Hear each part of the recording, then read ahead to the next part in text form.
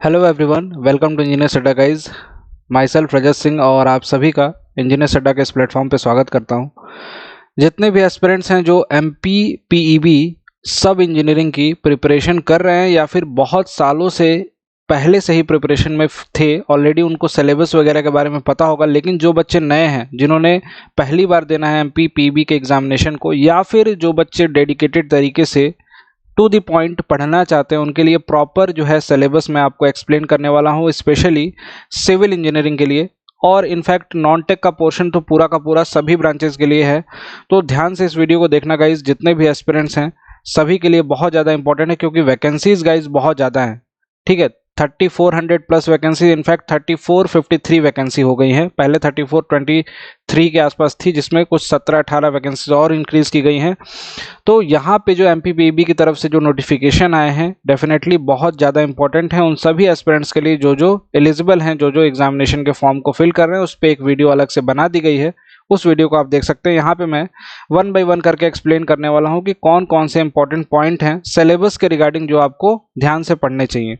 देखिए, यहाँ पे मार्क्स का डिस्ट्रीब्यूशन कुछ इस तरीके से रहेगा कि 200 अंकों का जो है ये पूरा का पूरा पेपर है, जिसमें 100 अंकों का आपका नॉन टेक पोर्शन है और 100 अंकों का टेक्निकल पोर्शन है। लाइकवाइज एसएससी जेई में जैसा होता है, 100 मार्क्स के आपका टेक आता है, 100 मार्क्स का नॉन टेक आता है। और जनरली जो इस एग्जामिनेशन की जो प्रीवियस ईयर जो एग्जामिनेशन हुए थे 2016 में भी हुए थे, उसकी जो कट ऑफ रहती है गाइज, यहाँ पे कट ऑफ जो जाती है एमपीपीबी के एग्जामिनेशन की, उसके बाद भी हुए थे बहुत सारे एग्जामिनेशन, तो इसकी कट ऑफ लगभग 150 प्लस जाती है सिविल की। ये मैं जानता हूँ, सिविल की कट ऑफ 140-150 प्लस जाती है, 140 के ऊपर ही। एक बार 144 समथिंग गई थी, एक बार 153 गई थी। तो ये कट ऑफ का सिनेरियो रहता है। तो मतलब जो पेपर का लेवल है उस हिसाब से अब डिपेंड करेगा कि एग्जामिनेशन कैसा आ रहा है और कितने मार्क्स आप स्कोर कर रहे हो। सबसे अच्छी बात होती है कि एग्जामिनेशन को सबमिट करने के बाद तुरंत मार्क्स भी आ जाते हैं स्क्रीन पे, मतलब कितने क्वेश्चंस आपने सही किए। खैर, यहाँ पे बात करते हैं सिलेबस की। देखिए, यहाँ पे जो नॉन टेक्निकल पोर्शन है, इसमें आपका सामान्य ज्ञान, सामान्य हिंदी, सामान्य अंग्रेजी, सामान्य गणित, सामान्य तार्किक योग्यता, सामान्य विज्ञान, सामान्य कंप्यूटर ज्ञान और संबंधित विषय, जो कि 100 नंबर का टेक्निकल पोर्शन आपको देखने को मिलेगा। टेक्निकल पोर्शन जो 100 नंबर का है, इसमें आपका जैसे सिविल ब्रांच है तो सिविल इंजीनियरिंग, इलेक्ट्रिकल है तो इलेक्ट्रिकल, इलेक्ट्रॉनिक्स कम्युनिकेशन है तो उसका पोर्शन, मैकेनिकल है तो मैकेनिकल का पोर्शन। तो कुल अंक यहाँ पे 200 निर्धारित किए जाते हैं। ये जो 100 अंकों का पोर्शन है ना, ये बहुत ज़्यादा डिसाइडिंग होता है। टेक्निकल तो ऑब्वियस सी बात है कि आप इसमें स्कोर तो करना ही है आपको, इसमें भी अच्छा खासा स्कोर करोगे इस कंपटीशन में बने रहने के लिए, तभी आपका सिलेक्शन होगा। क्या क्या इसमें पूछा जाता है जनरली जो एसएससी जेई के लिए कुछ पोर्शन पढ़ते हो, हिंदी वगैरह तो आती नहीं है, इंग्लिश आती नहीं है उसमें, लेकिन हाँ, जो बाकी का पोर्शन जो आता है रीजनिंग वाला और जो सामान्य ज्ञान है, वो ऑलमोस्ट सिलेबस सिमिलर रहता है। 1 बाय 1 करके इसमें पॉइंट वाइज पॉइंट एक्सप्लेन करता हूँ। सबसे पहले बात करते हैं जनरल नॉलेज की। तो गाइस, जनरल नॉलेज में ये कुछ टॉपिक्स हैं जिनको आपको पढ़ के जाना चाहिए। यहाँ पे देखिए, इंडियन एवं world history, Indian and world history यहाँ पे लिखा हुआ है, Indian and world geography, Indian national movement, cultural heritage. मतलब इनफैक्ट जब हम लोग किसी भी पोर्शन, किसी भी एग्जामिनेशन के लिए जीके के पोर्शन को पढ़ते हैं, तो ये सारे पॉइंट्स को हमें देखना पड़ता है, जिसमें करंट अफेयर वाले पोर्शन को भी हम लोग साथ में साथ देखते हैं। Constitution of India, economic constitution से क्वेश्चंस आते हैं, हिस्ट्री से क्वेश्चंस आते हैं, इंडियन हिस्ट्री से क्वेश्चंस आते हैं, साइंस एंड टेक्नोलॉजी और space and IT, Indian polity. Screenshot भी आप लोग ले सकते हैं अगर चाहें तो, क्योंकि यहाँ पे पूरा का पूरा मैं एक्सप्लेन कर रहा हूँ आपको। उसके बाद जनरल हिंदी में ग्रामर, वोकैब, सिनोनिम्स, एंटोनिम्स, पर्यायवाची, विलोम, idioms and phrases, filling the blanks, comprehensive passages and one word substitutions। ये पोर्शन आपका हिंदी का है।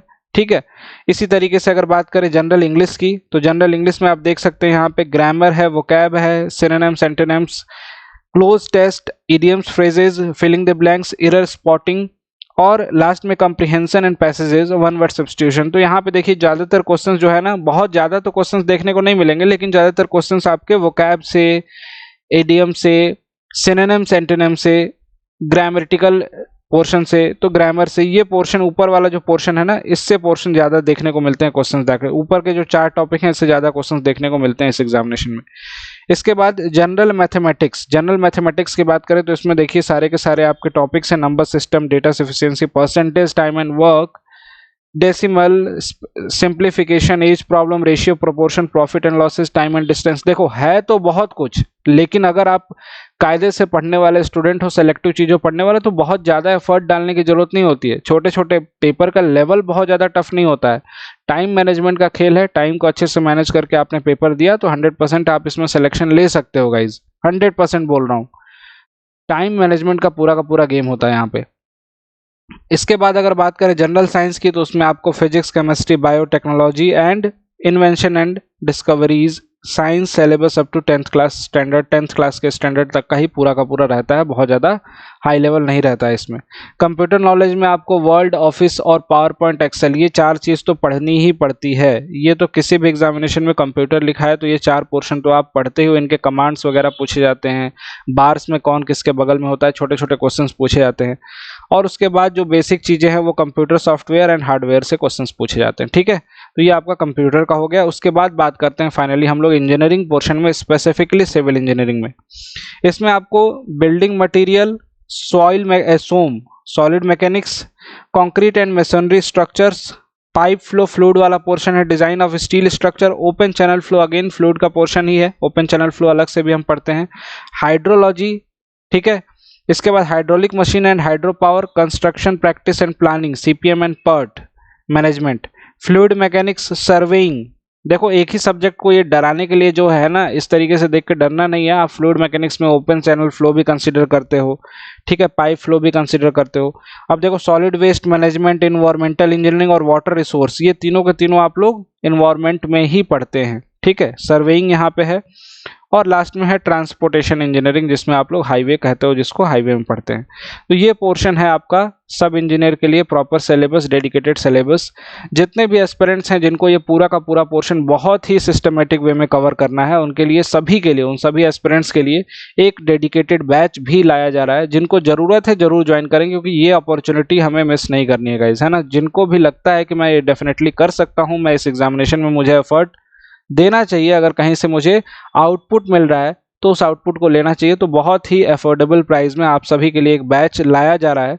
ये एमपी सब इंजीनियर सिविल के लिए, जिसमें आपको टेक और नॉन टेक पूरा का पूरा पोर्शन आपको दिया जा रहा है गाइज। तो किसी को भी रिक्वायरमेंट होगी, बहुत ही सिंपल प्रोसेस है, मैं बता देता हूँ। अड्डा 24/7 के एप्लीकेशन पे जाइए आप। जैसे ही एप्लीकेशन को डाउनलोड करेंगे अपने फ़ोन में, सिविल इंजीनियरिंग ब्रांच है तो आपको सिविल इंजीनियरिंग पोर्शन में जाइए, सिविल इंजीनियरिंग सेक्शन में जाइए, और उसके बाद एमपी सब इंजीनियर केवल सर्च करेंगे, ये बैच आपको दिखाई देगा। इसकी प्राइस जो होगी वहाँ पे 10,000 के आसपास दिखा रहा होगा, लेकिन आपको इतना पे करने की बिल्कुल भी आवश्यकता नहीं है गाइज। आपको एक कूपन कोड बता रहा हूँ, डिस्काउंट कूपन कोड, इसको अप्लाई करना।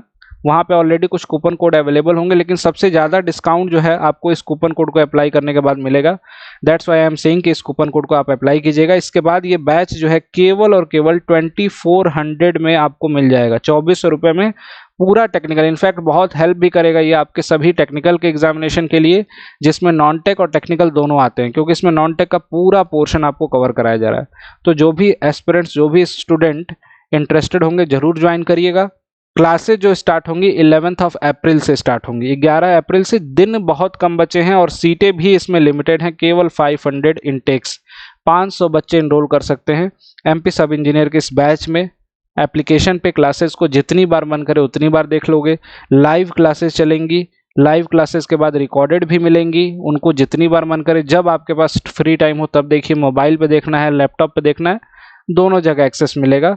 सिंपल सा प्रोसेस बता दिया मैंने, याद रखना। ये डिस्काउंट कूपन कोड अप्लाई करके इस बैच को 2400 में आप ले सकते हैं एप्लीकेशन के through. Thank you so much guys. Video अच्छी लगी हो तो जरूर लाइक करिएगा। डिटेल्ड सिलेबस है, पूरा का पूरा प्रिपरेशन स्टार्ट कर दें अगर आपको सिलेक्शन लेना है इस बार इस एग्जामिनेशन में। Thank you so much.